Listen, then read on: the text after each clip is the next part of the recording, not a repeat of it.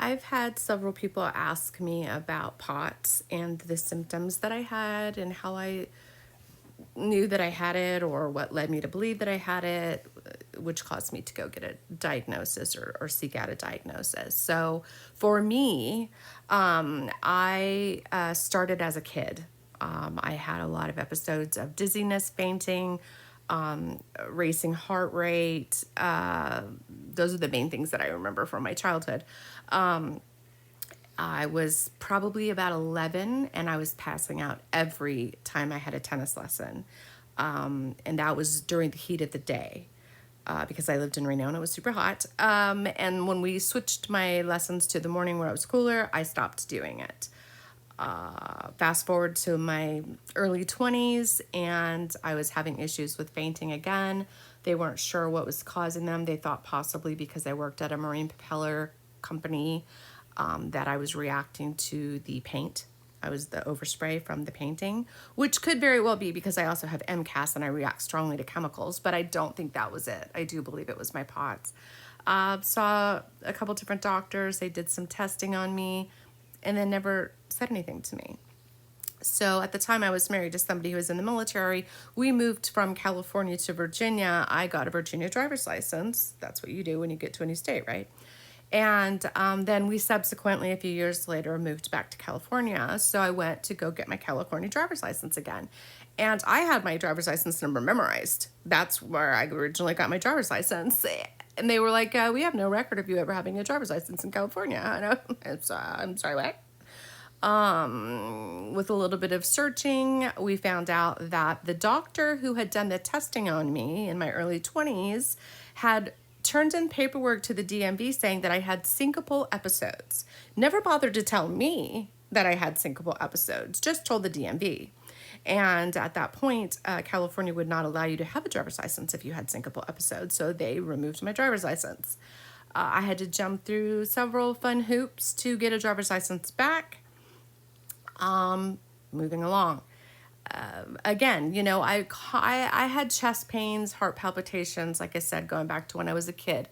So I really just, they were diagnosed as anxiety. And then 2015, I almost fainted and fell down the stairs, went to the hospital. They kept me overnight. Couldn't figure out what, they diagnosed me with vertigo. Even though I didn't the vertigo testing that they did on me, I didn't test positive for vertigo, but they diagnosed me with vertigo. At that time, they did make a note of the fact that my electrolytes were all screwed up, which electrolytes are super, that's that red flag. Hello, clue, Sherlock. Then I got COVID. And then that just lit a fire on several conditions that I didn't know I had, as well as adding conditions that I never had before. A lot of people that have never had any issues with POTS are now being diagnosed with POTS or dysautonomia after having COVID. But it definitely made mine worse. I am at the point now where I cannot be on my feet for more than a minute and my heart rate starts going up. If I stand on my feet for more than a couple minutes, I start getting sweaty, nauseous, dizzy, feel like I'm going to faint. I have to sit to, prep meals. I have a wheelchair to help me get around due to the pain and also not wanting to pass out.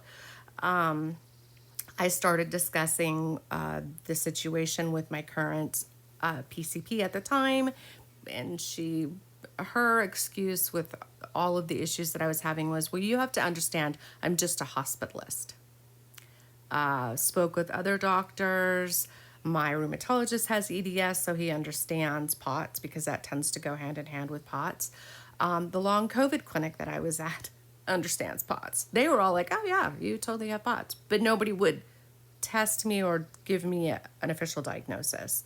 And in my mind, and tell me if I'm wrong, I think it's very important that you have your correct diagnoses in your chart so that when a doctor needs to treat you or you go to the hospital for something, they can see what conditions you have and know what should and shouldn't be done for you, right? Anyway, I then found a doctor who he himself has EDS, MCAS, and POTS. So when I saw him, he was like, yeah, cool, let's get this diagnosis in the books. So we did what's called a poor man's tilt table test, because the normal testing method is the tilt table test. But the tilt table is a very large, very expensive piece of equipment that not very many places have. I think there's maybe one about an hour and a half away from me, and I couldn't even get into the doctor. That I called him 2 years ago, never got a call back. So my doctor did what's called a poor man's tilt table test, and had me get my resting heart rate, stand, do my heart rate and blood pressure at 1, 3, and 5 minutes. And my heart rate did go up more than the amount that's needed for a positive diagnosis, and I got the diagnosis. For you, if you are suspecting, again, the symptoms that I had: racing heart rate, chest pains, dizziness, nausea, vomiting, fainting, brain fog. Woo, hello. Don't deal well with heat, blood pooling, so your feet and ankles will swell. I wear compression socks. Fun times. Yeah, make me feel old. Yeah, if you have these symptoms, you suspect you may have POTS, I would suggest doing the poor man's tilt table test at home. If you have somebody to help you, that's great. Lay flat for about 15 minutes in a quiet room, no talking, no moving, for about 15 minutes, like I said. Get your resting heart rate and blood pressure.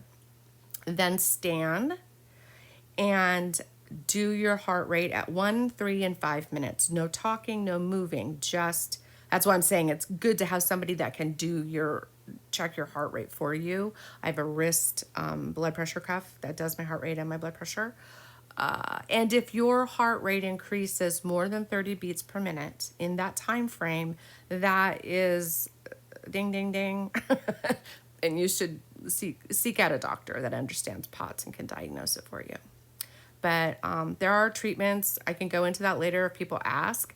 But that right there, I just wanted to answer the question of why I believed I had POTS, what were my symptoms, and how did I get diagnosed.